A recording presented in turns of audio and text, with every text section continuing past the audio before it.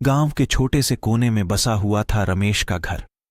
रमेश एक मेहनती किसान था जिसने अपनी सारी जिंदगी खेतों में काम करते हुए गुजारी थी।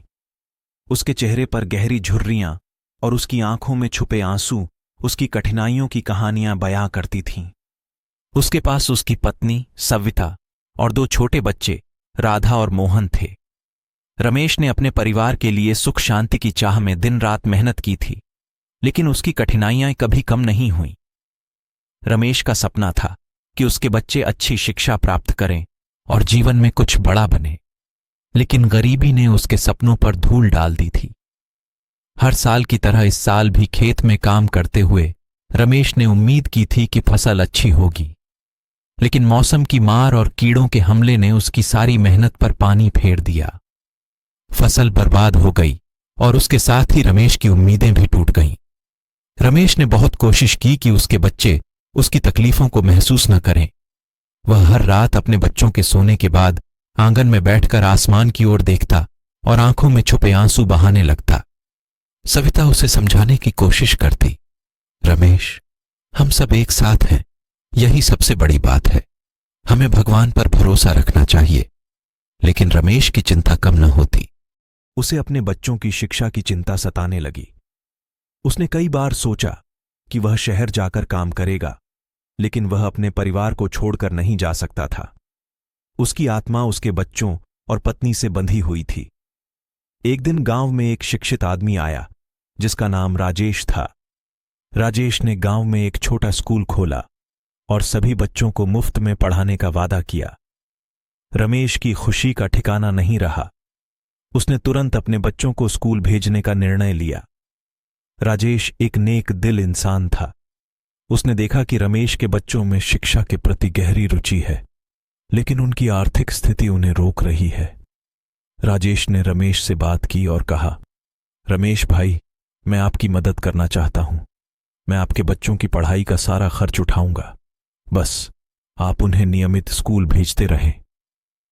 रमेश की आंखों में आंसू भर आए। वह जानता था कि यह मदद उसके परिवार के लिए भगवान का आशीर्वाद है। उसने राजेश को गले लगा लिया और कहा, आपकी यह मदद हमारे लिए अमूल्य है। मैं जीवन भर आपका ऋणी रहूंगा। राजेश ने मुस्कुराते हुए कहा, आपके बच्चों की सफलता ही मेरा इनाम होगी। राधा और मोहन ने स्कूल में अपनी पढ़ाई शुरू की और जल्दी ही वे अपने होशियार और मेहनती स्वभाव के कारण सबकी नजरों में आ गए। उन्होंने अपने अध्यापकों और सहपाठियों का दिल जीत लिया।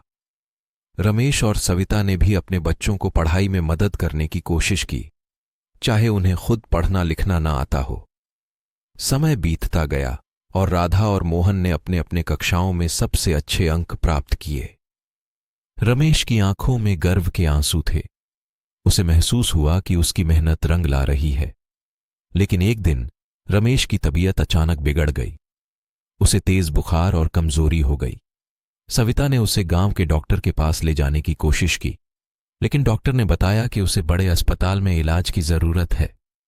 रमेश का इलाज महंगा था और उनके पास पैसे नहीं थे।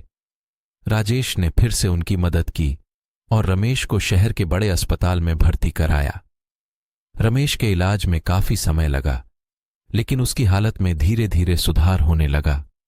अस्पताल में भर्ती रहते हुए रमेश की आंखों में आंसू भरे रहते थे। उसने सविता से कहा, मैंने तुम्हारे और बच्चों के लिए कुछ भी नहीं कर पाया। सविता ने उसके हाथ को थामते हुए कहा, तुम्हारी मेहनत और प्यार ही हमारे लिए सब कुछ है। बच्चों की सफलता तुम्हारी ही देन है। कुछ महीनों बाद रमेश पूरी तरह से ठीक हो गया और वापस गांव लौट आया। उसने फिर से अपने खेत में काम शुरू किया, लेकिन अब उसकी आंखों में नई उम्मीद थी। राधा और मोहन ने भी अपनी पढ़ाई जारी रखी और उच्च शिक्षा के लिए शहर चले गए। रमेश का सपना सच हुआ जब राधा डॉक्टर बन गई और मोहन इंजीनियर। उन्होंने अपने पिता की सारी तकलीफों का बदला चुकाया और अपने परिवार को गरीबी से बाहर निकाला।